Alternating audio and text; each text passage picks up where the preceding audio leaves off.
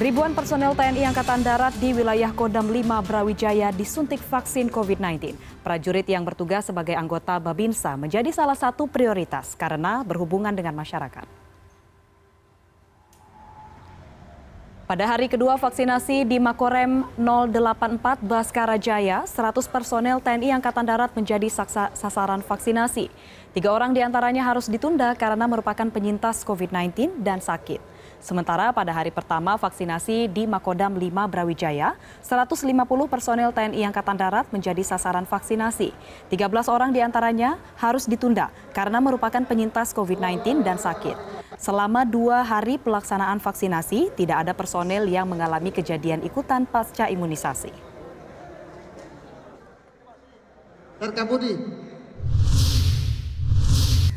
Dan untuk mengetahui bagaimana perkembangan selengkapnya terkait proses vaksinasi prajurit TNI, telah bergabung bersama kami produser lapangan CNN Indonesia, Kanza Tamarindora. Selamat siang Kanza, ini bagaimana pantauan Anda terkait berlangsungnya proses vaksinasi bagi personel TNI di tempat Anda melaporkan? Ada berapa jumlah personel TNI yang divaksin hari ini, Kanza?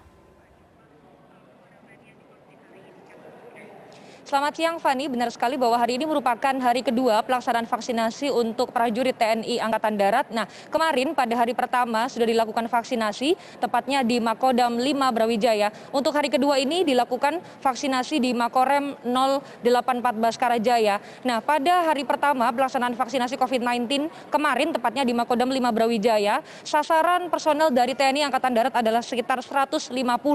Nah, kemudian kemarin beberapa di antaranya ini harus ditunda pelaksanaan vaksinasi, tepatnya adalah 13 orang, di mana 8 orang ini merupakan penyintas COVID-19 dan waktunya belum sampai 3 bulan, maka ia harus dilakukan penundaan untuk pelaksanaan vaksinasi, kemudian 5 orang diantaranya mengalami sakit. Sementara untuk hari ini, pelaksanaan hari kedua vaksinasi COVID-19, tepatnya di Makorem 084 Baskara Jaya, ini sasarannya adalah ada 100 personel TNI Angkatan Darat. Nah, kemudian untuk hari ini juga ada beberapa orang yang harus ditunda pelaksanaan vaksinasinya. Di antaranya adalah 1 orang merupakan penyintas COVID-19 dan 2 orang diantaranya adalah sakit. Namun demikian Farhanisa, hingga hari ini 2 hari dilakukan vaksinasi COVID-19 di 2 lokasi, ini tidak ada yang mengalami kejadian ikutan pasca imunisasi atau KIPI.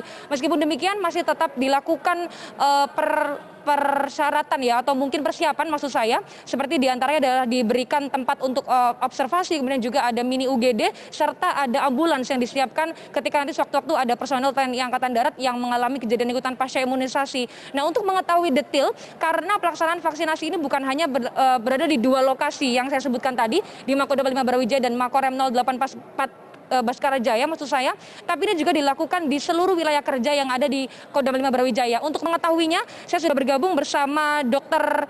Yanuar Fitriadi yang merupakan Kepala Kesehatan Komando Daerah Militer 5 Brawijaya. Pak Yanuar, selamat siang. Bisa dijelaskan Pak, ini ada berapa jumlah personel TNI Angkatan Darat yang dilakukan vaksinasi di wilayah kerja Kodam 5 Brawijaya? Baik, terima kasih.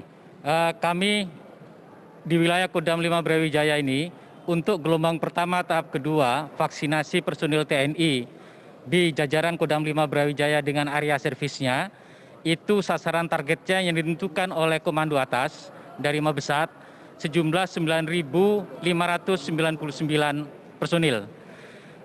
Kami laksanakan di 33 titik di seluruh wilayah Jawa Timur atau di seluruh area servis Kodam 5 Brawijaya. Baik itu di fasilitas kesehatan Kodam yang kita punyai, serta di tempat-tempat yang memang memungkinkan untuk dilaksanakannya vaksinasi di wilayah Kodam. Ada 32 tempat. Seperti hari ini kita melaksanakan di Makorem. Pada waktu hari pertama kemarin, peserta yang sudah datang itu 5.501 orang atau sekitar 57,3%. Yang bisa kita lakukan vaksinasi adalah sebesar 5.167 atau mencapai 53,8%. Sesuai dengan arahan dari Bapak Panglima, kita ditekankan untuk menjaga keamanan dari pelaksanaan kegiatan dan safety dari personil yang dilakukan vaksinasi. Oleh karena itu pada setiap tempat kegiatan kita selalu mengutamakan protokol kesehatan dan keamanan di dalam pelaksanaan kegiatan. Alhamdulillah sampai dengan saat ini tidak ada satupun KIPI yang terjadi pada seluruh anggota yang kita laksanakan vaksinasi. Sesuai dengan arahan petunjuk dari Bapak Kasat dan ditekankan kembali oleh Bapak Panglima Kodam, rencana awalnya pelaksanaan vaksinasi gelombang 1 ini adalah 12 hari, Mbak. Mulai dari tanggal 2 sampai tanggal 14. Tapi kalau kita lihat dari capaian kita sekarang ini, dalam waktu 1 hari kita sudah mencapai 53,8%. Direncanakan vaksinasi ini bisa kita mampatkan, bisa kita padatkan sehingga kecepatan capaian itu bisa tercapai dengan baik sesuai dengan arahan dan petunjuk dari Panglima maupun dari Bapak Kasat. Sehingga kita rencanakan tanggal 4 nanti seluruh sasaran yang sejumlah 9.599 di wilayah Kodam 5 Brawijaya ini bisa kita selesaikan dengan baik. Dan mudah-mudahan tidak ada hal-hal yang efek samping dari pelaksanaan vaksinasi ini. Sampai sekarang tidak ada. Dan untuk masyarakat yang saya ingin beritahukan, kita menyampaikan juga kepada masyarakat bahwa vaksinasi ini adalah salah satu pokok jalan keluar untuk kita terbebas dari COVID-19. Dan ini dijamin halal dan aman. Kami sudah melaksanakan vaksinasi pada ribuan prajurit, semuanya aman. Jadi pada masyarakat jangan ragu-ragu untuk melaksanakan vaksinasi, dijamin halal dan aman. Demikian, Mbak. Pak, kabarnya ini teman-teman dari Babinsa ini menjadi salah satu prioritas, Pak. Kabarnya karena mereka ini kan bertugas juga di lapangan, berhubungan dengan masyarakat sebagai tracer ya. Apakah ini sebagai alasan juga, Pak, teman-teman itu menjadi prioritas untuk divaksin COVID-19? Ya, benar.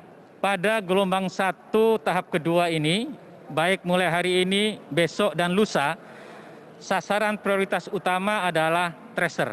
Dalam hal ini adalah para babinsa kita yang memang mereka selama ini bergelut dengan masyarakat untuk menghimbau, menegakkan disiplin protokol kesehatan di seluruh wilayah Kodam.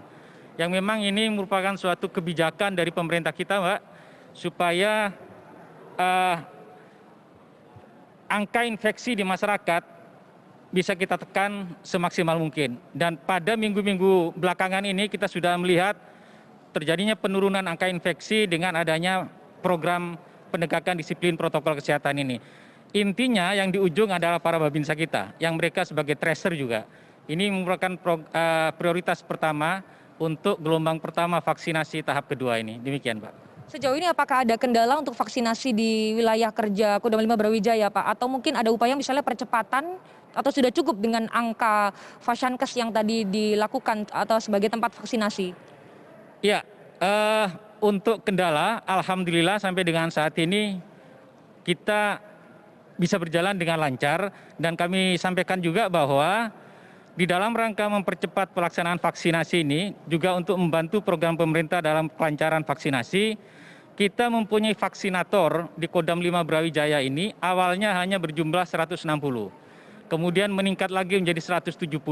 Sekarang kita mempunyai vaksinator 602 personil yang tersebar di seluruh vaskes-vaskes kita. Jadi vaksinator ini seluruhnya adalah prajurit kesehatan TNI Angkatan Darat yang sudah terlatih, tersertifikasi untuk membantu pelaksanaan. Ini untuk mempercepat, Mbak. Kemudian yang kedua, di dalam rangka mempercepat ini, sasaran per hari kita naikkan dari target semula. Seperti kemarin, targetnya adalah 2.500, tapi kita bisa mampu memvaksinasi sampai 5.167. Demikian, Mbak. Terima kasih waktunya Pak Yanuar, semoga berjalan dengan lancar untuk vaksinasi personel TNI Angkatan Darat, mengingat ini anggota dari TNI Angkatan Darat juga menjadi anggota Babinsa di lapangan, di masyarakat, artinya mereka berhubungan langsung dan masih terus bertugas sebagai tracer untuk mengetahui kasus positif COVID-19 yang ada di Jawa Timur. Sementara Farhanisa, menyoal vaksinasi COVID-19 tahap kedua ya untuk dosis pertama di Jawa Timur, ini diprioritaskan bagi lansia, kemudian juga bagi para petugas pelayanan publik publik. Nah, informasi yang saya dapatkan dari gugus tugas percepatan penanganan COVID-19 Jawa Timur, tepatnya adalah Marian Jibril Alfarabi, bahwa untuk sejauh ini dari pelayan publik yang sudah tervaksin COVID-19 sebanyak 7,26% dan untuk lansia yang sudah mendapatkan vaksin COVID-19 sebanyak 2,8%. Nah, upaya ini akan terus dipercepat untuk vaksinasi di seluruh wilayah yang ada di Jawa Timur, mengingat juga ini menjadi kabar baik juga bagi Provinsi Jawa Timur, bahwa Provinsi Jawa Timur ini menjadi provinsi yang tertinggi dengan angka paling banyak peserta yang sudah dilakukan vaksin secara nasional. Nah, hingga hari ini data yang saya dapatkan dari Kementerian Kesehatan Republik Indonesia bahwa dari sekitar 40 juta masyarakat yang ada di Jawa Timur, untuk yang sudah dilakukan vaksinasi sekitar 510.000 jiwa. Itu artinya ada sekitar 1,2% masyarakat Provinsi Jawa Timur yang sudah dilakukan vaksinasi, utamanya ini untuk tenaga kesehatan, kemudian petugas pelayan publik dan juga lansia. Nah, sementara untuk sejauh ini kendala yang dihadapi oleh kawan-kawan Dinas Kesehatan pun demikian dengan gugus tugas percepatan penanganan COVID-19 Jawa Timur diantaranya adalah untuk adanya pendataan. Ini pendataan harus lebih dimaksimalkan lagi mengingat kita belajar ya dari vaksinasi tenaga kesehatan yang ada di Jawa Timur yang lalu bahwa ini ada tenaga kesehatan yang masih belum terdaftar. Nah, ini kemudian yang menjadi persoalan di sini dan menjadi kendala, itu artinya untuk pendataan masih akan terus dimaksimalkan oleh Dinas Kesehatan Provinsi Jawa Timur, pun demikian dengan gugus tugas percepatan penanganan COVID-19 Jawa Timur. Sementara untuk jumlah vaksin yang didapatkan dari pemerintah pusat ini juga harus sesuai. Untuk itu kemampuan berhitung dari masing-masing provinsi ini menjadi penting juga karena vaksin ini juga tidak boleh terlalu lama ya disimpan di dalam cold storage dan juga harus disesuaikan dengan jumlah kapasitas penyimpanan yang ada di Provinsi Jawa Timur. Farhanisa. Ya, tentunya kita berharap agar proses vaksinasi di wilayah Jawa Timur secara umum berjalan lancar, utamanya tadi Anda sebutkan kepada tenaga kesehatan yang kabarnya belum semua begitu divaksin. Terima kasih produser lapangan CNN Indonesia Kanza Tamarindora atas laporan langsung Anda.